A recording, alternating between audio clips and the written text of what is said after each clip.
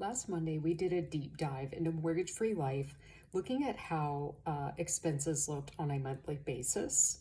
And this time, we're going to look at a Mortgage Free Life scenario. We're going to do another deep dive. We're actually going to look at the transactions and the mortgage free loan and the available balance and kind of how that works. Okay, so to start, we're going to look at a family scenario. So this family has a fair market value of their home of $300,000. The balance on their mortgage was $270,000, and their interest rate was 6.375. They're looking at net monthly income of $10,000, monthly expenses of $5,000. Now this family is looking at paying total interest of $336,400 over the life of that loan. If you remember, the fair market value of the home was $300,000 and their mortgage was $270,000. So they're paying well beyond the value of their home and their mortgage and interest. Using the mortgage-free life strategy, they'd be looking at about $45,000 total for interest with a payoff time of a little under 4 years. So this interest savings for them is $291,529. So if you watched last Monday, you'll remember that we went on a line-by-line basis to see how a month works here. So we're going to do 1 month and then we're going to look at it from another perspective. So the first payment date would be September 1st here, and their balance would be $268 to start. They had a little bit of savings they put into this to get things started off.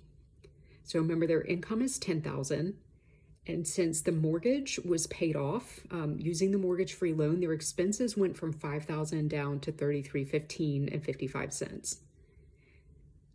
That mortgage-free loan is replaced with an interest payment, and you'll see the ending balance here of $263,102.22 and an available balance of $1,897.78.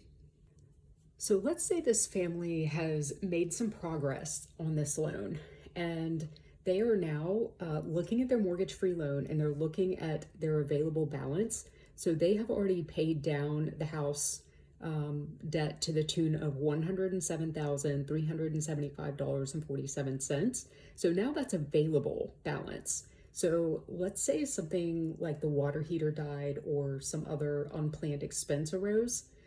They have that much money liquid available to use if something were to happen. Their current balance is $143,374.53. So this is how much they have left to go. But this family has made a lot of progress already in mortgage-free life. So if we were to look at this on a transaction basis, you'll see that this mortgage-free loan is linked to a checking account.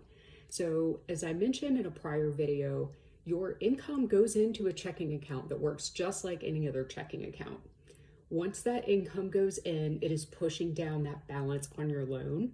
And then any payments you make for living expenses that come out throughout the month, you'll see here this withdrawal or deposit.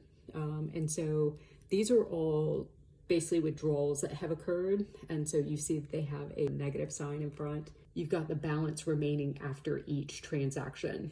So you'll see how these payments went out over the course of the month and that balance slowly creeped back up. When we back up a little bit, you'll see where some paychecks probably went into the account. So that says $42.21.75.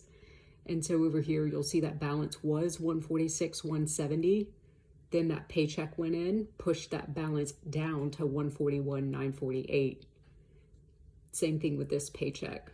The rest of these are expenses. So that's kind of how you can follow along on this. But this is how that mortgage-free loan works that is linked to a checking account. This is how parking your paycheck in this account is so powerful. So if I'm parking my paycheck in a generic bank account that's not linked to my mortgage-free loan, it's not doing any work for me. It's simply there to help me pay expenses.